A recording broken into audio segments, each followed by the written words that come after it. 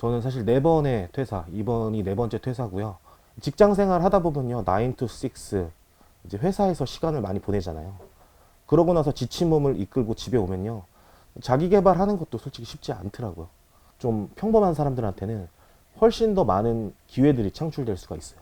유튜브라는 플랫폼이 이제 앞으로는 하향 플랫폼이 될 가능성이 높다고 생각해요. 구독, 좋아요 부탁드립니다. 대표님 안녕하세요. 네, 안녕하세요. 안녕하세요. 네. 간단하게 자기소개 한번 부탁드립니다. 아, 네. 저는 그 다양한 직업을 갖고 살아가고 있는 엔잡러 이미루 작가라고 하고요. 얼마 전에 그 회사를 퇴사하고 갓생에 입사했습니다라는 책도 출간을 했습니다.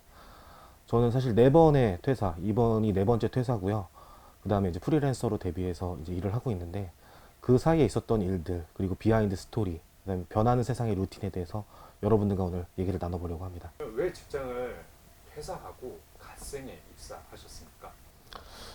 저는요, 회사라는 시스템의 효율보다 개인의 가치가 더 중요하다라고 생각이 들었어요. 제가 퇴사를 네 번 했다고 아까 말씀드렸는데, 직장 생활 한 건 7년 정도 되거든요. 그렇게 이제 을로서 살아가다 보니까 좀 한이 많이 맺히더라고요. 그리고 을로서 살아가는 게 얼마나 힘든 건지 좀 많이 깨우친 부분들이 있었거든요. 그래서 저도 곰곰이 생각을 했죠. 어디서부터 잘못됐나. 문제점들에 봉착했을 때마다 어디서부터 잘못했나 한번 진지하게 제 스스로를 고민하게 되더라고요. 그렇게 나왔던 결론이 개인의 가치를 중요시하는 방법이다. 네, 이렇게 생각을 하게 됐고요. 갓생이라는 뜻 자체가 갓 플러스 인생의 합성어거든요. 요즘 분들이 많이 쓰시는 단어인데 이제 경제적 자유를 이루신 분들을 갓생이라고 많이들 표현하시더라고요. 근데 저의 갓생은 좀 그런 갓생과는 다른 의미의 갓생이었고요. 제가 회사 생활을 7년 정도 다녔는데 이직도 4번이나 했고 그러면서 얻었던 교훈이 있어요. 을로서 살아가면은 결국 세상의 중심에 설 수 없다. 그런 부분들이었고 그러면 세상의 중심에 서기 위해서 뭐가 필요하냐? 그 개인의 가치를 최대치로 끌어올려야 된다라는 생각을 했어요. 그래서 결국에는 퇴사라는 걸 결정하게 됐고 그거에 대해서 후회를 하고 있지 않습니다. 퇴사를 하게 되면요, 일단 경제적인 자유를 잃게 되죠. 경제적인 자유를 잃게 되지만 시간적 자유는 얻게 되거든요. 그럼 이 시간 동안에 내가 뭘 할 수 있는지 생각을 하고 앞으로 나아가야 될 방향을 생각하시면요, 오히려 갓생으로 나아가는 그 방향에 더 가까워질 수 있지 않을까, 그렇게 생각해서 퇴사를 하게 됐습니다. 책의 내용을 보면 직장인의 꿈이 유튜버라고 적혀 있습니다. 네. 정말 사실인가요? 왜 그렇게 됐을까요? 사실 직장인의 이대허언 하면요, 딱 두 가지라고 해요. 요즘에 뉴스에도 나와 있는 건데, 첫 번째는 나 퇴사할 거야, 두 번째는 나 유튜버 될 거야, 이거라고 얘기를 하거든요. 근데 사실 유튜버들 보면요, 자기가 하고 싶은 일 하면서 돈도 많이 벌고 이런 모습들이 좀 많이 부각이 되잖아요. 뭐 많은 사람들이 다 꿈꾸는 그런 삶의 지향점 아닐까요? 근데 저도 사실 유튜버라는 거를 좀 꿈꿨던 게 2014년도부터 꿈꿨던 것 같아요. 진짜 오래됐는데 실질적으로 유튜브를 시작한 거는 7년 뒤인 2021년에 시작을 했습니다. 진짜 웃기죠? 이게 마음 먹은 거랑 그 결심하고 실행하기까지 7년이라는 시간이 걸렸는데 2014년도는 제가 사실 첫 회사에 입사했을 때 연도거든요. 직장 생활 하다 보면요, 9 to 6, 이제 회사에서 시간을 많이 보내잖아요. 그러고 나서 지친 몸을 이끌고 집에 오면요, 자기 개발하는 것도 솔직히 쉽지 않더라고요. 이거는 뭐 많은 직장인분들이 다 공감하실 부분이라고 생각을 해요. 저조차도 이제 그렇게 마음을 먹었지만 집에 돌아왔을 때는 그런 유튜브를 할 힘이 남아있지 않았었고, 또 생각만 계속 가지면서 1년, 2년 이렇게 계속 지나갔던 것 같거든요.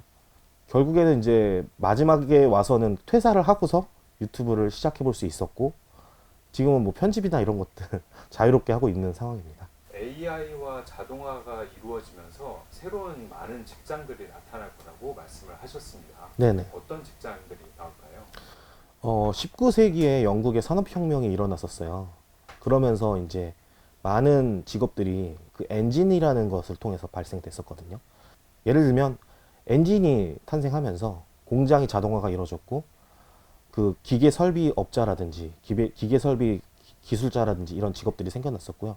엔진이 생겨나면서 자동차라는 신문물이 생겼고 자동차에 관련된 직업들도 계속 생겨났습니다. 예를 들자면 도로 포장하는 도로 정비사들, 도로 기획자들, 그 다음에 자동차를 수리해야 되니까 자동차 뭐 정비공들, 그 다음에 자동차 기술자들, 정말 많은 직업들이 엔진을 통해서 창출이 됐었거든요. 근데 AI 같은 경우는 그 이상의 어떤 신성장 동력이라고 생각을 해요. 앞으로의 직업들이 대부분의 어떤 AI와 관련된 직업들로 탄생할 가능성이 굉장히 높다라고 생각을 해요. 쉽게 말씀드리면요.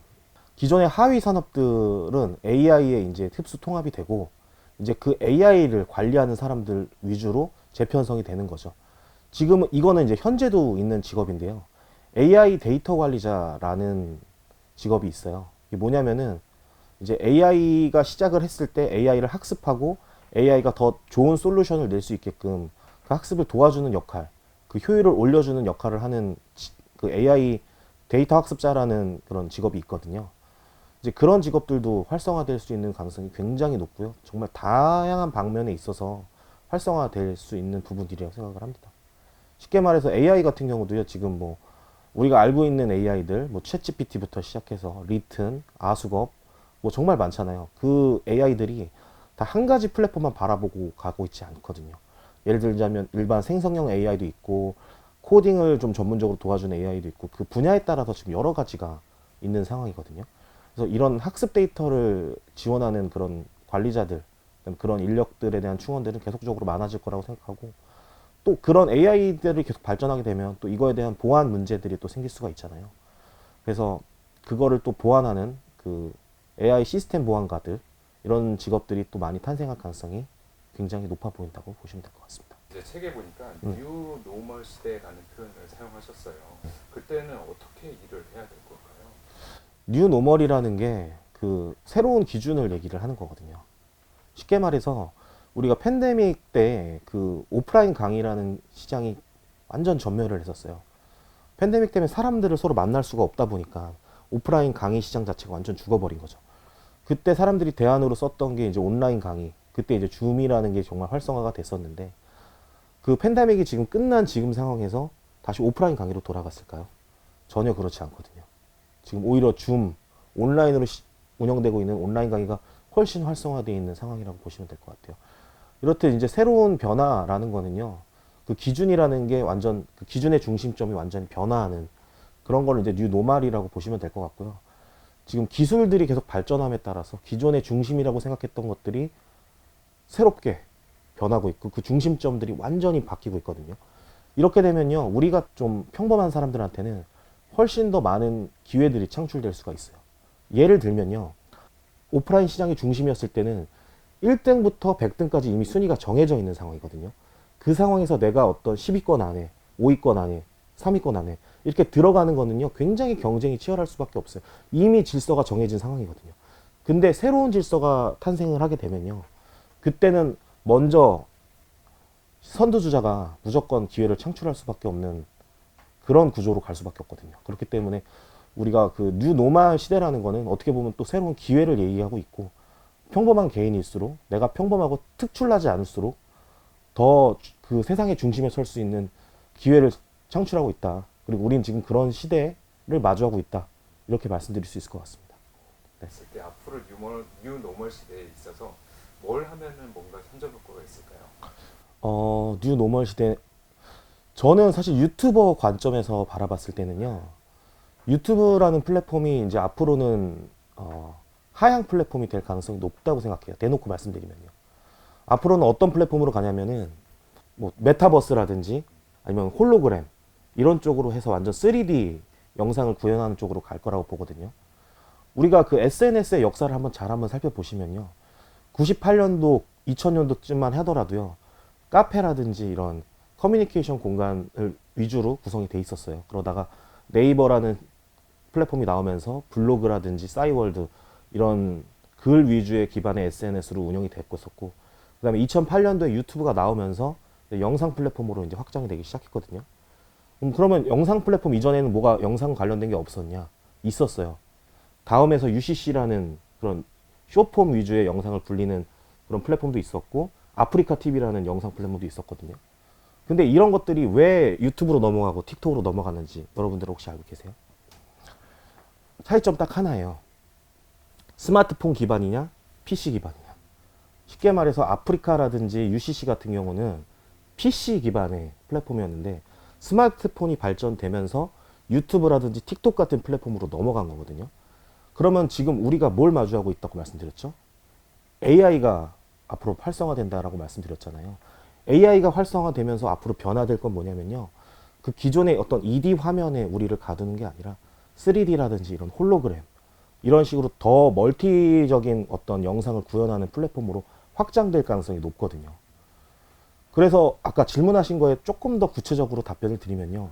그러면 유튜브가 2008년에 출범했고 지금 2023년, 벌써 레드오션, 15년이나 지난 레드오션인데 유튜브 하면 안 되냐? 저는 유튜브 무조건 해야 된다라고 말씀드리고 싶어요. 왜냐면요, 기존의 어떤 유튜브에서도 초기에 흥행을 거두신 분들을 한번 우리가 잘 생각을 해볼 필요가 있거든요. 유튜브 흥행하신 분들은요, 기존에 블로그라는 그 기반이 있었고요. 인스타그램이라는 기반을 이미 갖고 계신 분들이 유튜브에서도 성공하시는 분들이 굉장히 많으셨어요. 그러니까 우리가 지금 유튜브를 하는 거는 우리가 이미 유튜브 레드오션에서 1등이 되겠다, 이런 게 아니라 앞으로 다가올 플랫폼에서 우리를 미리 알리면서 브랜딩하면서 미리 그 데이터들을 깔아놓는다. 우리 자신을 PR하면서 그걸 깔아놓는 역할을 한다라고 보시면 될 것 같아요. 책 소개 한번 부탁드릴게요. 제 책은요, 회사를 퇴사하고 갓생에 입사했습니다라는 책이고요. 2023년 9월에 신간으로 출간을 했어요. 제가 이 책을 쓰게 된 계기는요, 좀 변하는 사회의 루틴, 그리고 기존의 틀이 바뀌고 있다라는 세상의 변화를 좀 세상에 알리고 싶었었고, 이제 그걸 통해서 우리가 앞으로 나아가야 될 방향성, 그 다음에 그 지점들에 대해서 좀 얘기를 나눠보고 싶었어요. 지금 사실 경제가 많이 어렵잖아요. 경기도 많이 어렵고, 그 다음에 자영업자들 같은 경우는 금리도 많이 인상해서 어렵다고 말씀들을 하시는데, 저가 사실 생각하는 돌파구는 그 어려움을 피하거나 도망가거나 이런 것들이 아니라 풍 중심에 설 용기가 오히려 더 필요하다라는 생각을 했거든요. 예. 그래서 제가 쓴 책에는 이제 뭐 치킨 게임이라든지 아니면 뭐 사회적 변화, 미래 직업 이런 것들에 대해서 나와 있고요. 그런 트렌드를 한눈에 좀 읽을 수 있는 그런 책이라고 보시면 될 것 같습니다.